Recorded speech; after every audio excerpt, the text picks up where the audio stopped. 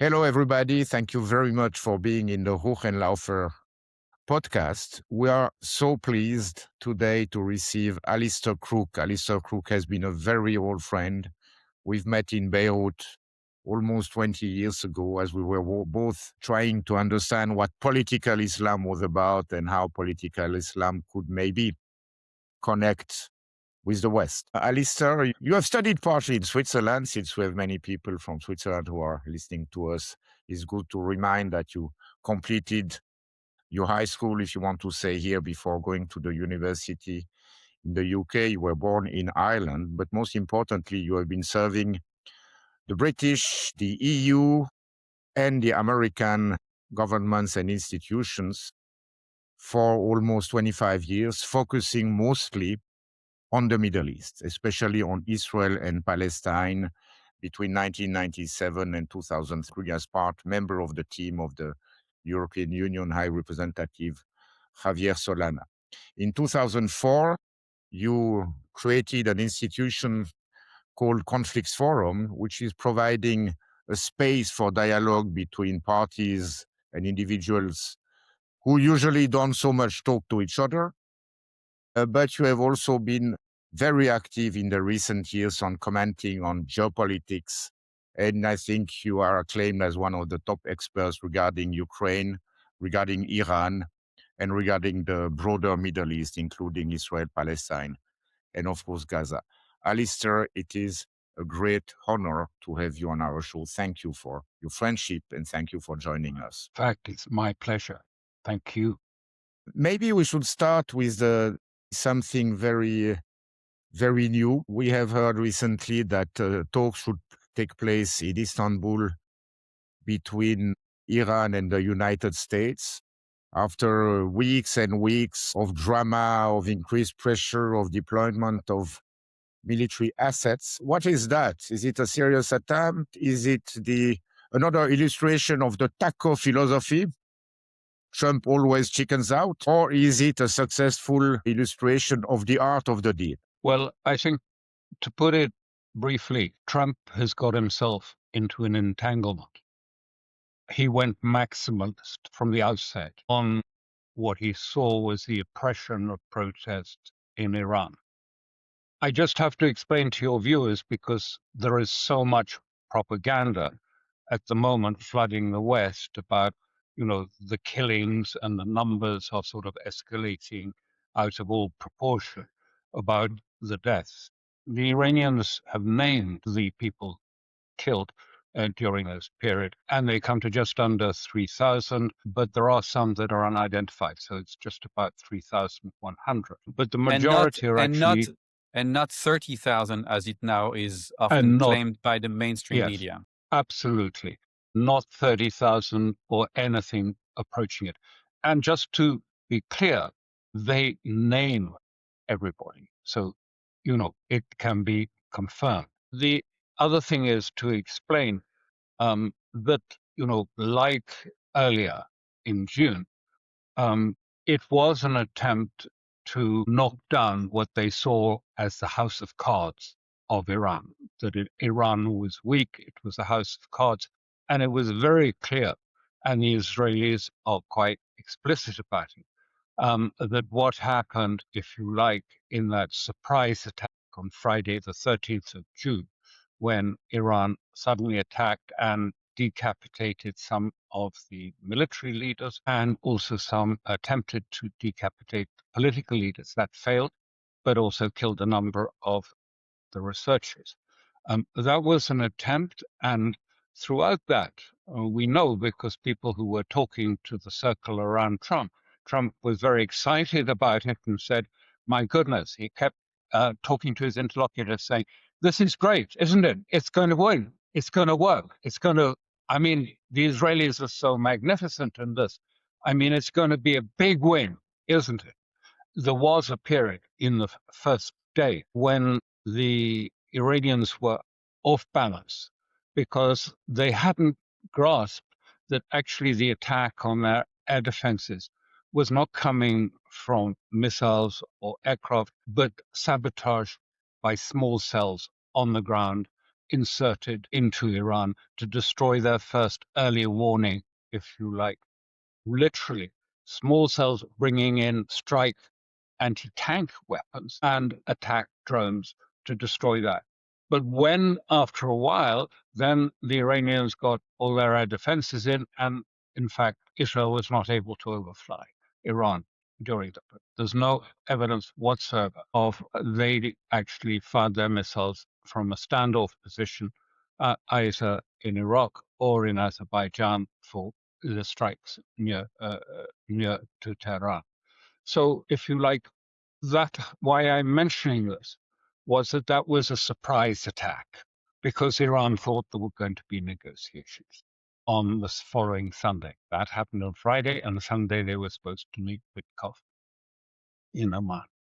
Then, now, to move what's forward, this was, again, Trump has been very clear in this, talking to his interlocutors. We know because Michael Wolff talks to them too, and he always says, you know what Trump is thinking, because he keeps phoning his interlocutors, and he says the same thing to each one. And you're not supposed to argue or say anything. You just say, President, yes, yes.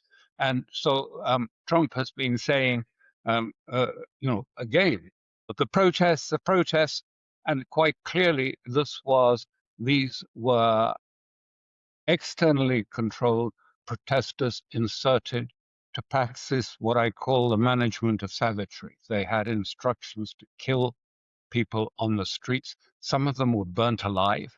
Others were killed by knife, to create an atmosphere where it seemed like the state, the edifice that was the Iranian state, was on fire and burning, and people were jumping out of it and escaping from the establishment. But then came the Iranian surprise, which was they did what everyone said was impossible. They cut down Starlink. And not only that, they closed down the internet and they closed down Starlink. And with that, the protesters lost their links to Germany and to Europe, the controllers who were telling them where to go, what to do. Also, it turned to be not just a defeat of Starlink, but Starlink then was used to identify those 30,000 odd terminals, Starlink terminals, that were held by Iranians who were part of this insurrection. And so they've been quietly arresting them and closing them down. There's been 20 or 30 arrests every day. So really the sort of Iranian network in Iran has largely been the Mossad and CIA network in Iran has largely been, has been heavily affected by these measures. They lost communication. And so suddenly, on about the 8th, all of these protests disappeared. They had started off from something that was, again, part of the usual toolbox of regime change, an attack on the currency, managed through Dubai, a severe attack on the currency, devalued it 30, 40%. It's not very difficult to do that. Dubai was a willing partner to this. You just short sell. It's a short selling attack on the currency. It drove it down, and that destroyed the business model for most of the bazaris and the merchant class. And they obviously protested. They weren't protesting against the state. They were protesting against bad economic management and poor economic structures in Iran, which are real and which were part of the disaffection. But it wasn't a disaffection to overthrow the state. And the bazaris came out very strongly and attacked all of these protests that were taking place subsequently. So anyway, Trump, let's cut through. Trump went maximalist, sort of saying these protests were coming to help.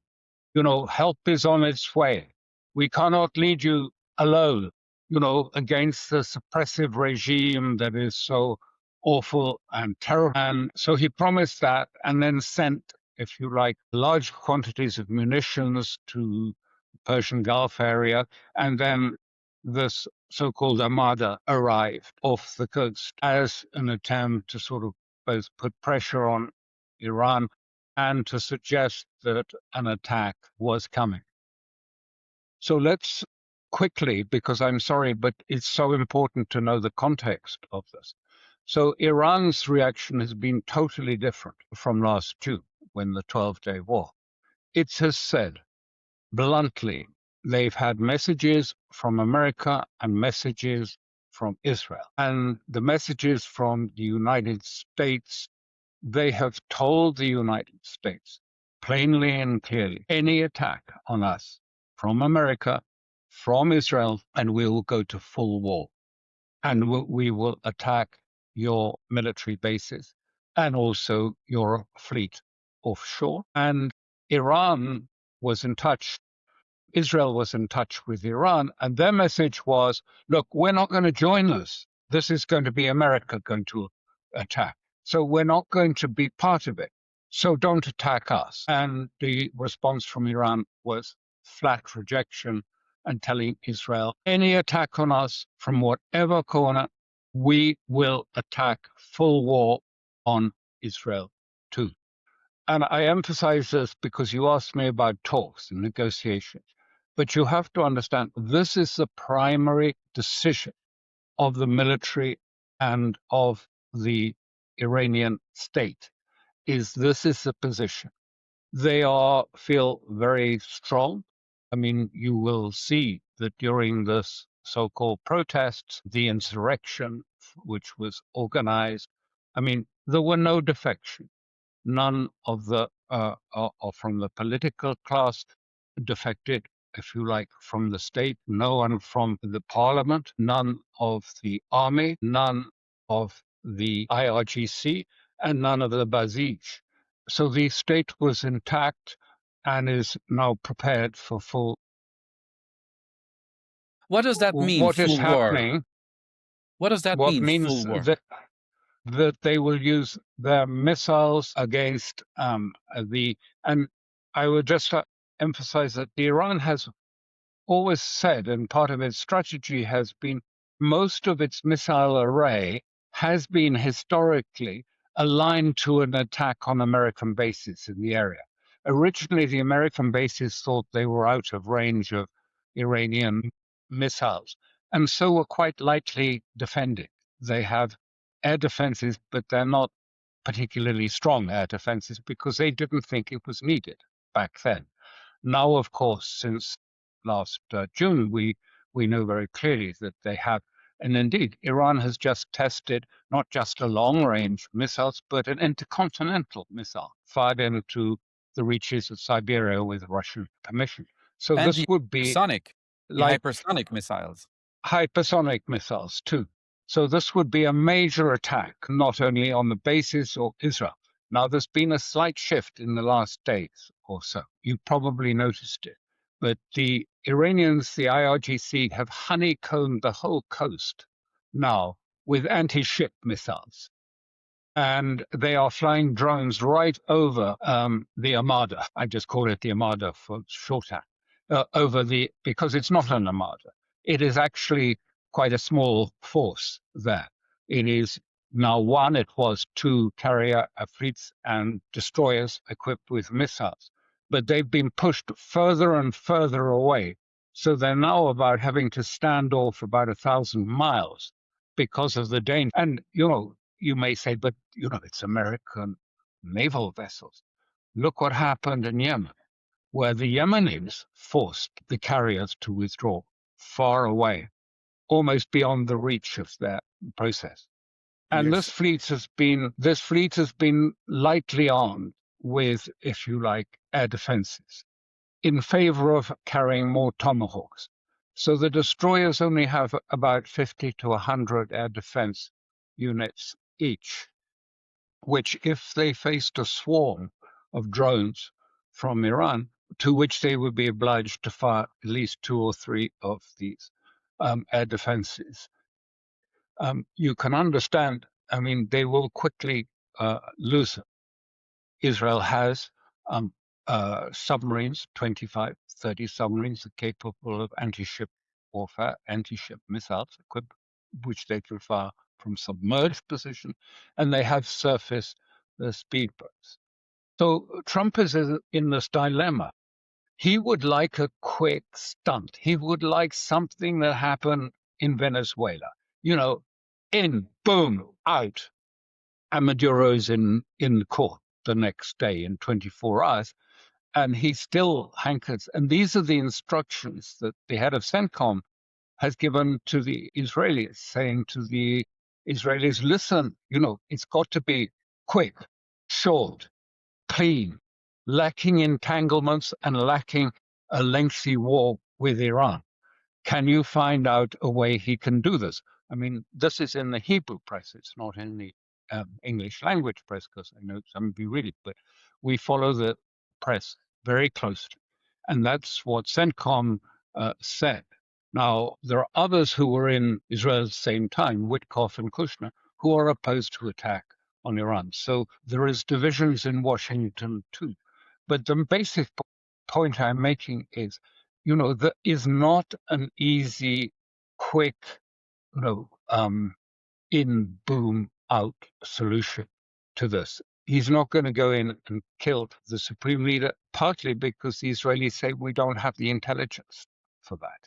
We don't have intelligence. Are you telling us that the reason for this hesitation and like a bit like of this impulsive policy from Donald Trump, that it is rooted from the intel that he has, that he may potentially face military defeat from Iran and a massive backlash on Israel? Is this what you're saying now? Yes. Trump has specifically, explicitly asked his team for a guarantee that it will be quick, short, clean, and play well in the United States in his base. That is what he's asked. That is what he's asked the Israelis. And the Israelis tell him, they do not have the means either to suggest that. All he could do would be to do, if you like, a performative act. He could go and bomb the IRGC headquarters buildings, the Basij buildings, which will be empty, of course, because Iran's on full alert for war. I mean, it's completely mobilized for war. So they'll be empty. He can do that, but that's not, for him, that doesn't play well. That makes him look weak. And Trump wants always to look strong. Yes. In theory, we understand that a military operation like Trump wants to produce a regime change is extremely unlikely to produce any results. However, there might be other types of military operations of a more limited size that could, for instance, help the Kurds or the MEK, the Mujahideen, especially the Kurds. I was thinking of the Kurdish movements in the West, to maybe try to take over and control some territory with a way to weaken Iran along the model of what they have been doing in Syria, which is now, divided between various zones of influence. Would that be a strategy that could also be in the planning or in the intention of the Americans and the Israelis? They're planning lots of things. Yes, I mean, all sorts of plans. They're planning even for the insertion. We know this because Israelis explain it. They're planning even to insert special forces, sort of rather, I don't know, Delta Force, rather, as we saw in Caracas. I doubt it. I don't think that's even conceivable. But the point you're making is that, particularly with the Kurds, I mean, Iran knows that the Israelis have prepared constitutions for, if you like, the Balkanization of Iran. A Kurdish constitution, a separatist Kurdish state, Baluch state, and the Disarray, whatever, Balkanization on the Syrian model. But what happened when they did have that large influx coming in from both from Syria and Iraq across the borders in Kermanshah province in Iran, which is a mainly Kurdish area of Iran. I understand, and I believe it credible, that the Turks gave the information to Iran on this Kurdish incursion into Iran, and I think it was about 500 or 400. And they've largely been either killed or arrested as they crossed the border. The Turks gave the details of the corridors they were coming in. So the Turks, I mean, the Kurds are in a much weakened position. The MAK have been rounded up because these were the ones they'd been trained in Albania by the CIA, and they were relying on the Starlink communications. And the Starlink satellite terminals have turned into a trap because it's identified the very insurrectionists to the Iranians as they've been slowly rounding them up. So, I mean, we're not seeing, there's no, I mean, you know, I mean, I saw Senator Lindsey Graham saying, you know, I mean, why doesn't Trump just go in on the ground and join up with the opposition forces on the ground? And I laughed when I heard that. It's reminiscent of, I don't know if you remember, when the British, after the attack on Libya to destroy Gaddafi and the government. I mean, in one case, you know, a helicopter arrived in Libya with British military forces. And they got out of the helicopter and they kept saying, can you point us to the opposition? Where's the opposition? Is there some opposition around? And, you know, and I said, you know, when this was played to me, and I said, you know, he's welcome to arrive in Tehran and start looking for the opposition. Pahlavi is an absolute non-issue in Iran. I can tell you the reason why he's even mentioned is because the Israelis believe Balkanization is not so appealing to the Europeans and Americans. That's their plan. So they've dressed up Pahlavi because he is thought by Israel to be something that, you know, America and Europe would go for because, you know, son of the Shah. I mean, you know, all of that nonsense. I mean, Trump is somewhat cornered, and we know that he is trying to look how to reverse out of this without appearing weak and without getting entangled, because he has many things to think of. He has his base to think of. The MAGA base will not be happy with an entanglement of a war. He has his markets to worry about because they are yo-yoing up and down in these last 2 days with crashes and then a recovery and then another crash and then another recovery. And for him, the keeping the markets intact is actually vital to him surviving the midterm elections. And so what happens if the Iranians, which they can easily do, shut Hormuz? This is part of their warning to America. We will shut it long term. And that, of course, is frightening the Gulf states too, because it affects them. And so, you know, the Iranians have put forward this very tough line. And so Trump has talked about negotiations. But we have to be clear, and I'm sure of this because I've been in touch in Iran. And so what I'm telling you, I think, is absolutely correct, is what is going on is negotiations about negotiations. Negotiations about how to open. Long ago, I used to do hostage negotiations. And the most difficult part of a hostage negotiation was the negotiations about how to open and what would be the parameters of a negotiation that followed. And so what is happening at the moment is just there are not negotiations taking place. It is negotiations about negotiating at a later stage, if there is a possibility. But so far, Trump has laid down conditions for these negotiations, that the Iran hand over every grain of their enriched uranium, that they accept that it will be zero enrichment forevermore, that they will cut off all their links with other Hezbollah and Hamas and others, and that they will finally the severe restrictions and give up their missile defense system. These are unacceptable. That sounds very much like the Austrian letter to the Serbian government in 1914, exactly. and it would be very successful. The picture that you're painting to us is a very different one indeed from the one that we can read in the or see in the Western media, where the image that we have is of a crumbling Iranian state that is killing wantonly, that is even looking to hide in bunkers somewhere, that is just about to be toppled.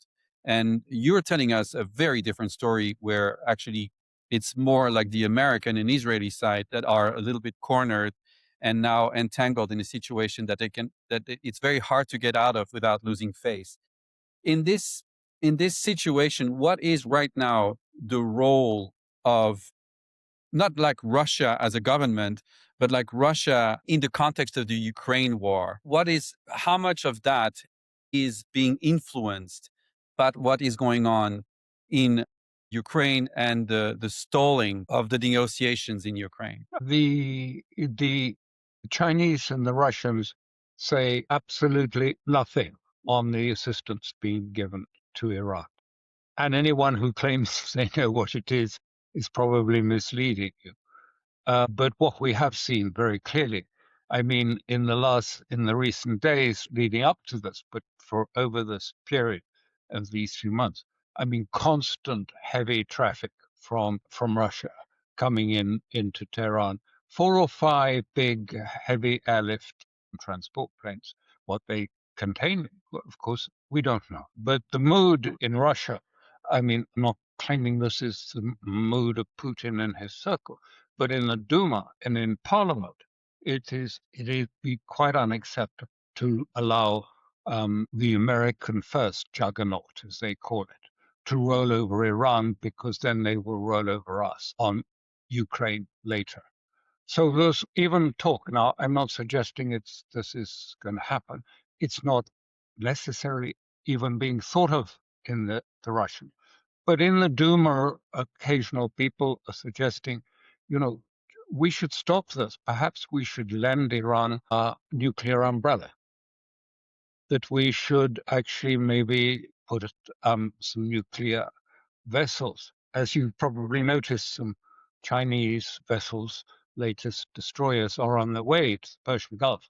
I haven't had that confirmed by the Chinese directly, but there's a lot of stories that they're coming, and that they would put an umbrella over Iran against the possibility of Israel or America using nuclear weapons if these so-called negotiations fail.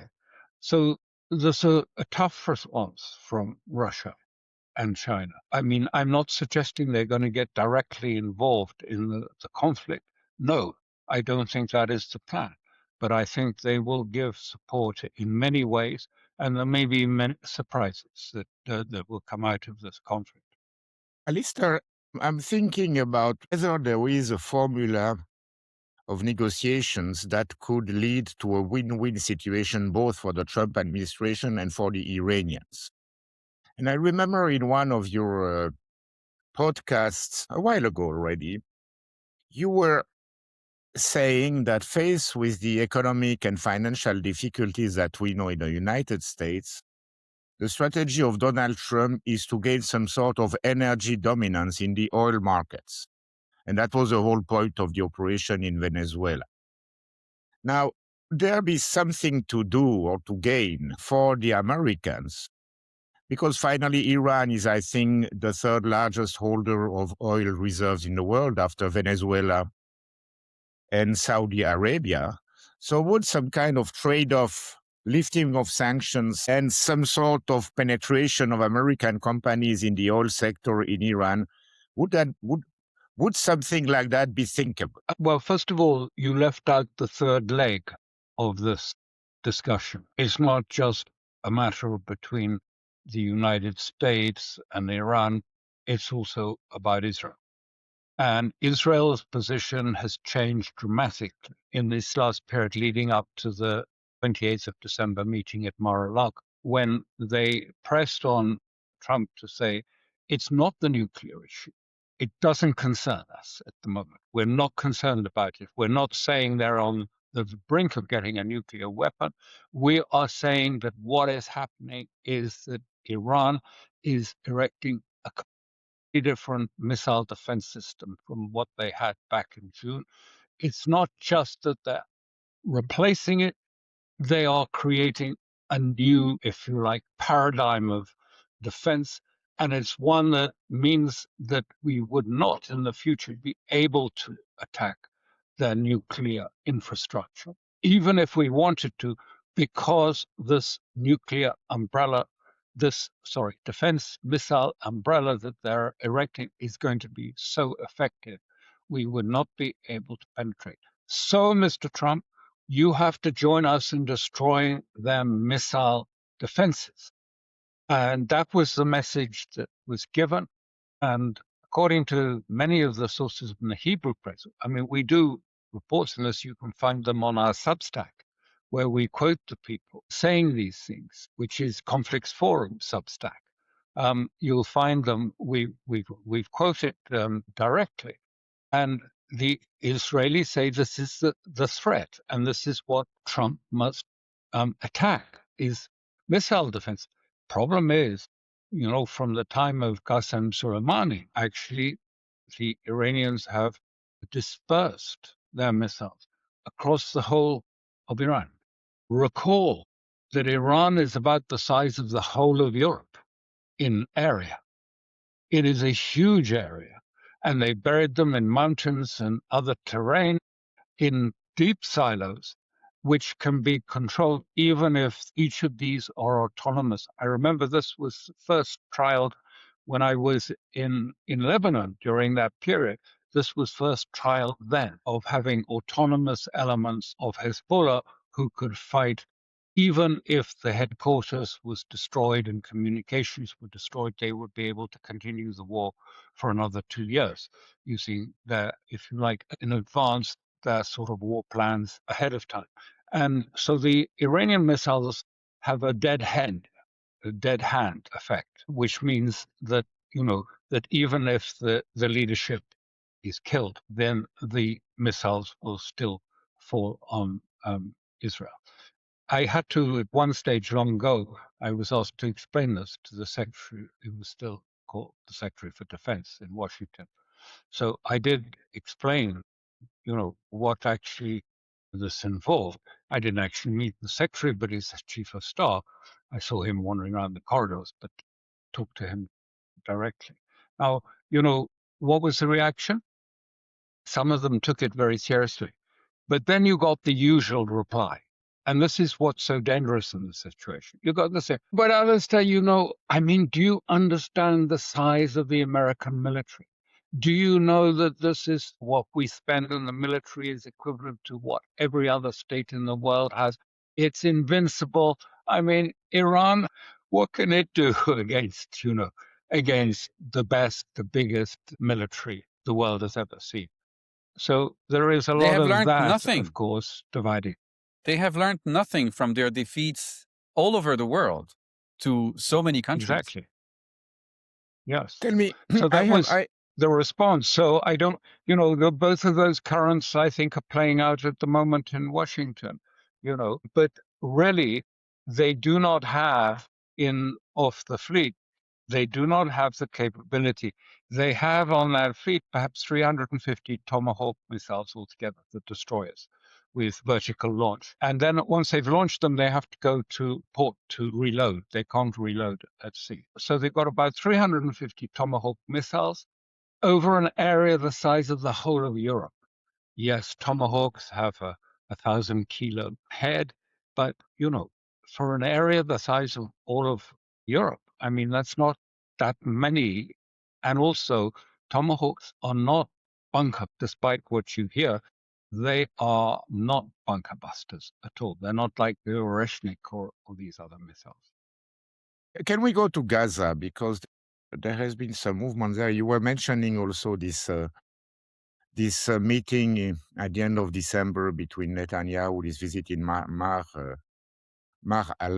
Would there be any reasons for Trump to be unhappy with Netanyahu, or rather the opposite? Well, we have seen that obviously the attempt for regime change or for putting additional pressure on Iran has failed.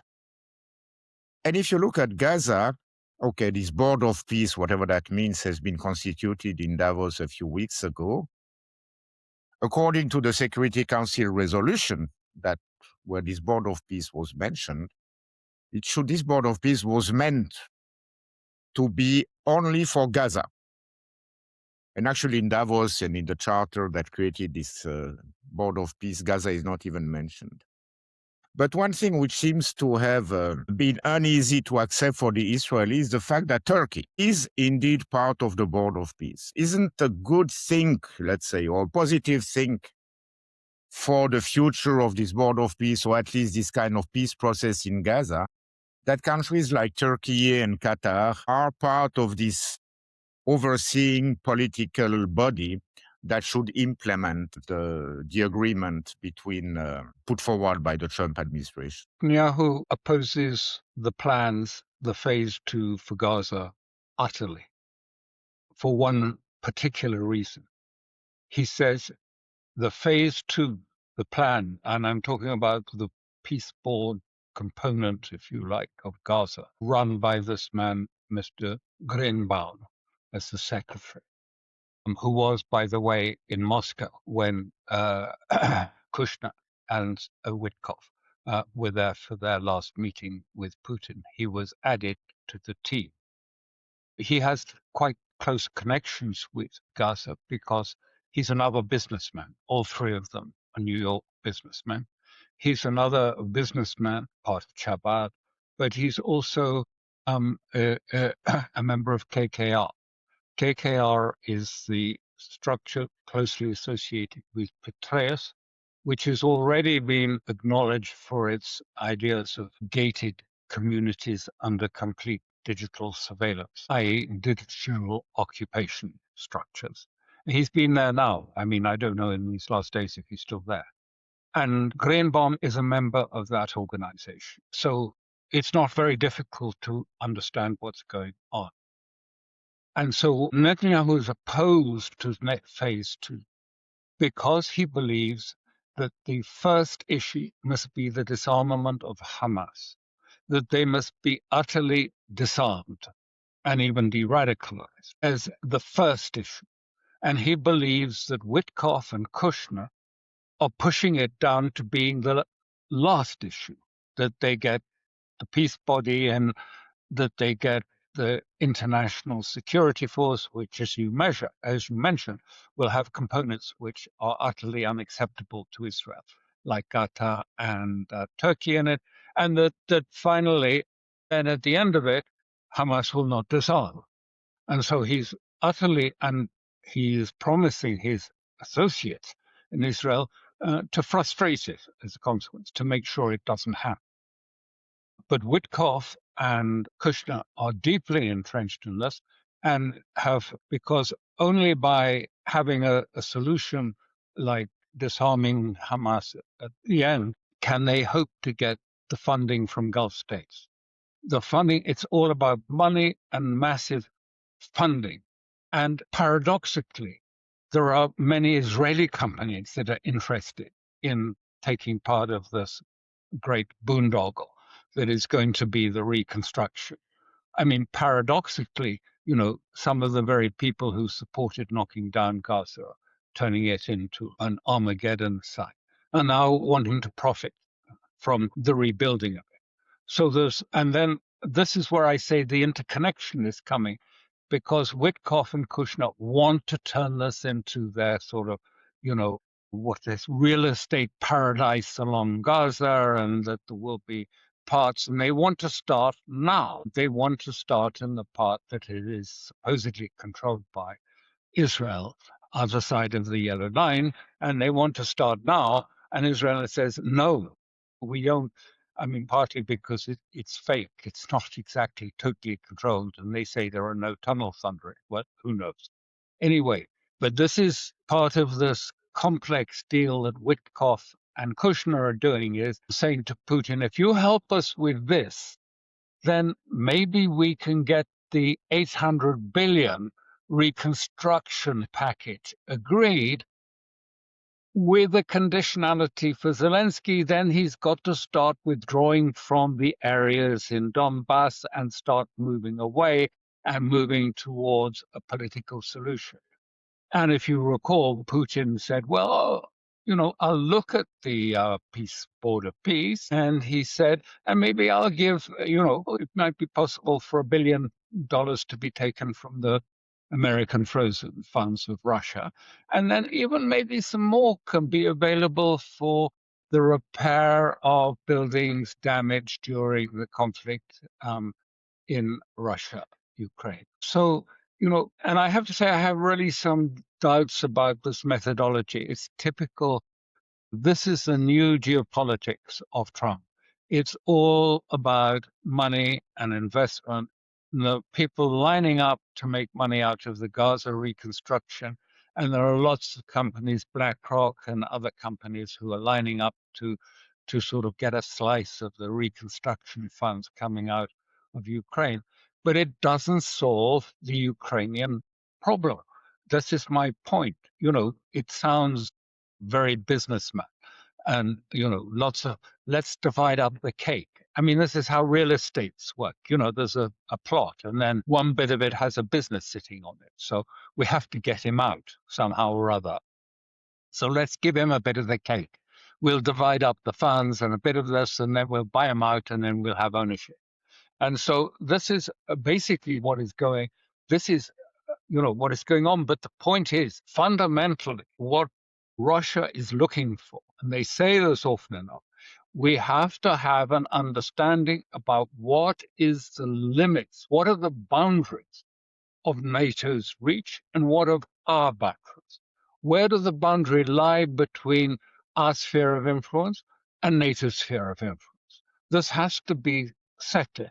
You recall in 21 that the Russians actually put a treaty forward to sort of discuss security things.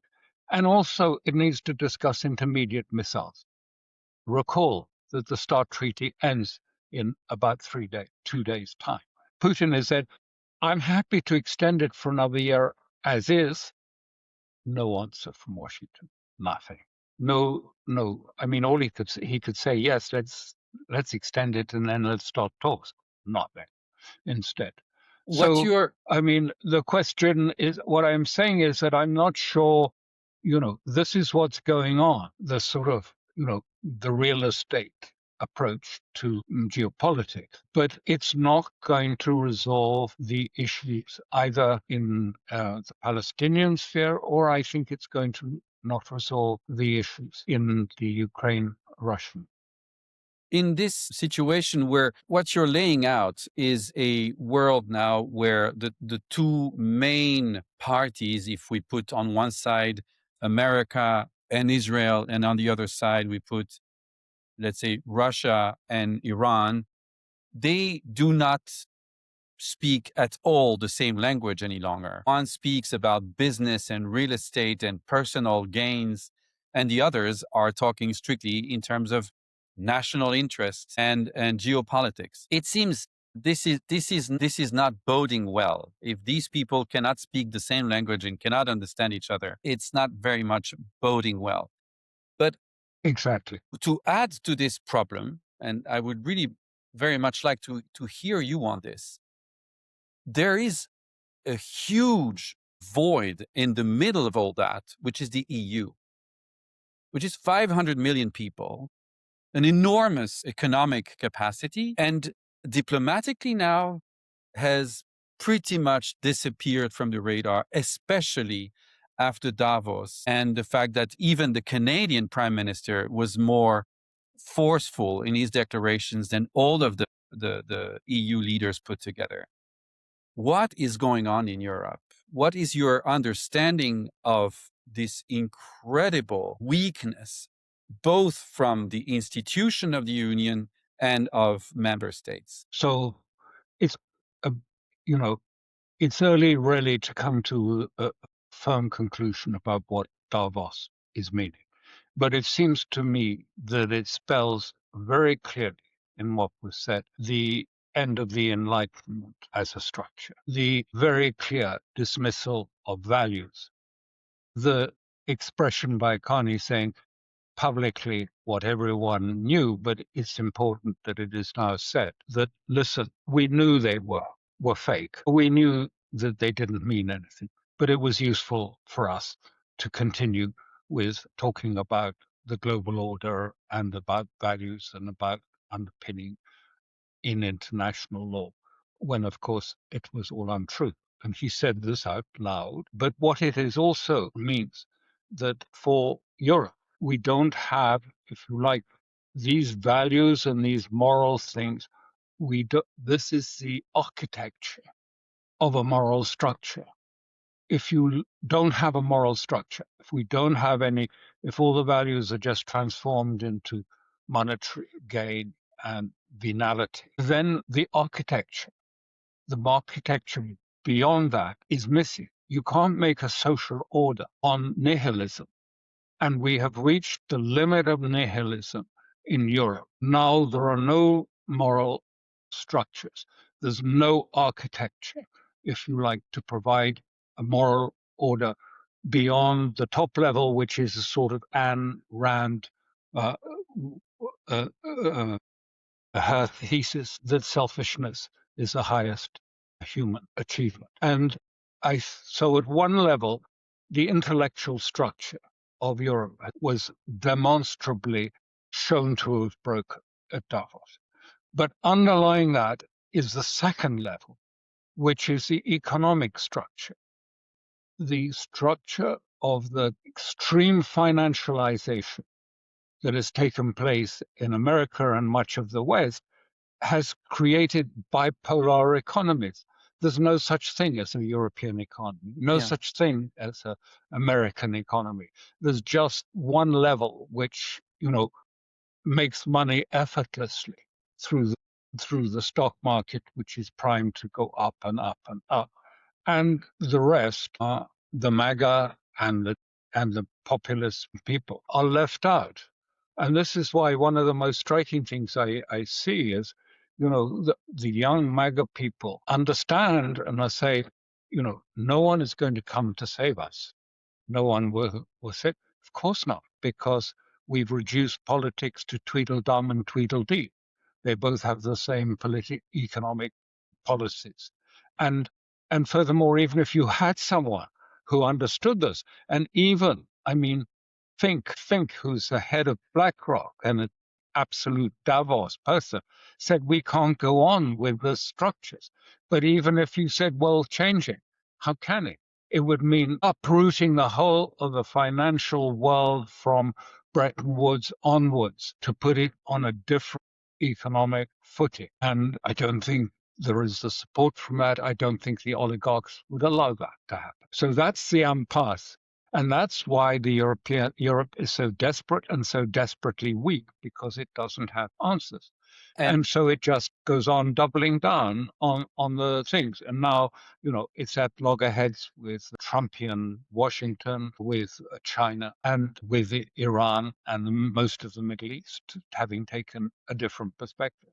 You are now also theorizing about nihilism and the void of economic policy in Europe, which has been theorized also by the French demographer Emmanuel Todd when he speaks about that in his book, The Fall of the West, when he speaks the disindustrialization and the fact that in Russia and in Iran, for instance, the number of engineers is in absolute even greater than all of Europe and all of America. That speaks volumes about what lies ahead. And in that context, what can Trump do except to be in constant agitation if he doesn't have the means, if he cannot put his money where his mouth is? I think that all that Trump can do, and we see this, is that he is trying to, if you like, stop a major debt crisis in the United States. And I would say that almost all the geopolitics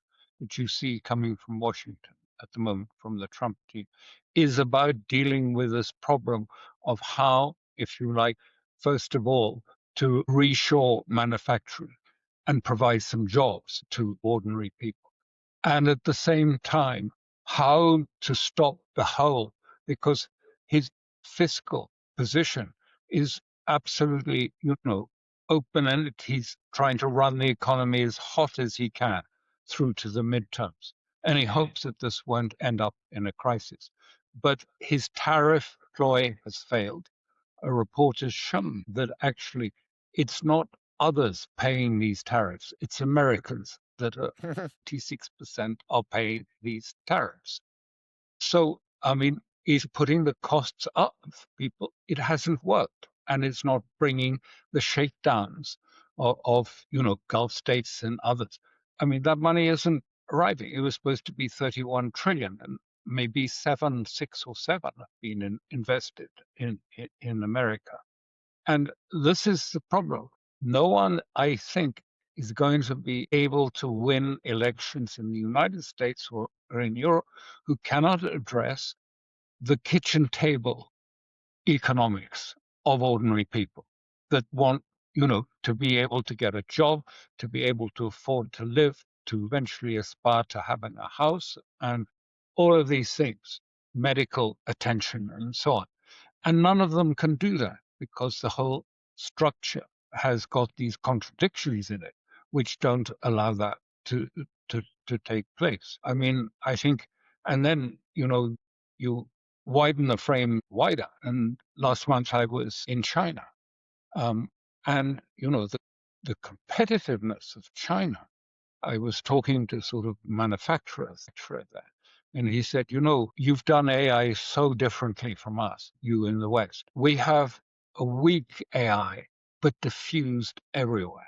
It's not high, not the most sophisticated, but it's diffused into automation and robotics and industry. And he said, if one of my factories, just take one, for example, if a year ago it employed 2,000, today, 1 year later, it's 200 because of the increase in productivity that this simple application, diffused AI application, has given. Fortunately, he says, we have 6% growth, so people mostly are finding their jobs, new jobs. But then he added the killer, and he said, so as a consequence, across my holdings, my many businesses, we have price deflation. I said, oh my God, if you have price deflation and we have price inflation, then how are we going to compete with you? It was quite obvious. The answer is we can't, not at this rate.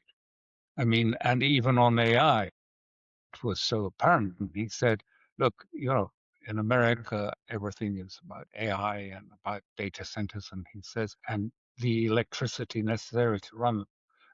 A gigawatt of electricity in China is 1/6 of the cost of America. How are you going to compete with that? You have to devalue the dollar by about 144%. So, I mean, there have been really serious miscalculations, I believe, in Europe about looking at that.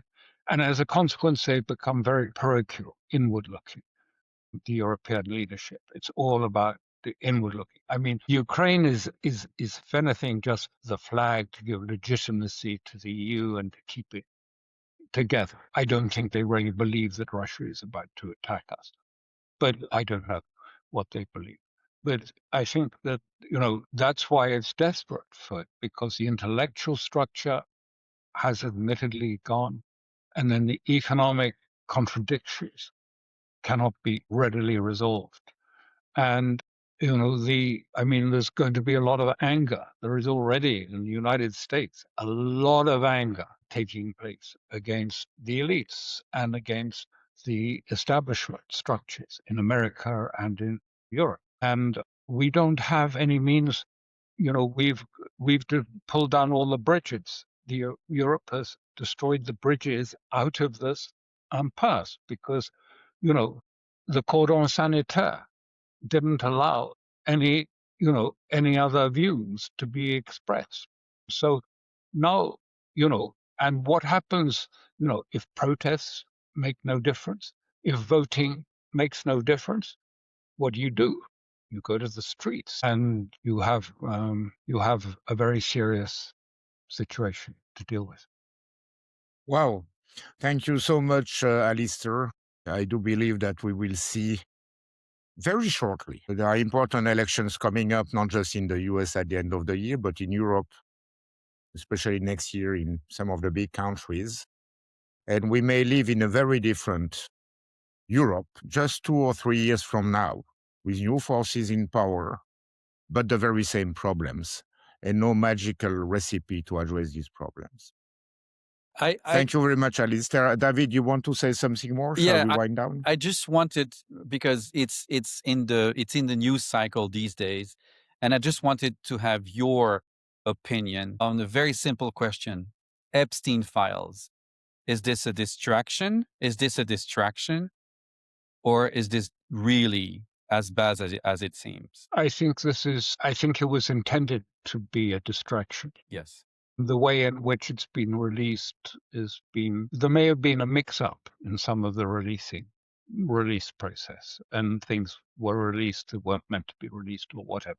But it doesn't matter about the individual cases. I think that what it has done is show an ethos that is corrupt beyond belief, that is venal and perverted, and that this was across America, and now you see it stretching into the UK in very clear terms, and that this ethos is not undoable. You can't now then replace it. It's broken. We are in the West has been portrayed. Its ethos has been shown really to be disgusting, and that is going to have a profound effect. But it's too early to sort of take it and say how exactly this is going to impact politics. But I think Jean-Daniel, that is going to be something that is going to emerge inevitably, because even if there isn't law and order consequences, the reputational damage is catastrophic. Well, we come back to the notion of nihilism that we discussed earlier, and it's not very. We're not ending this podcast on a very happy note, but we're not either very pessimistic or doomsday prophets. So thank you very much again for this very, very enlightening discussion on Iran that really puts things into a very useful perspective. And we very much to have you on the podcast again very soon. My pleasure. Thank you so much, Alistair. Thank you very much. Thank you, Jean-Daniel.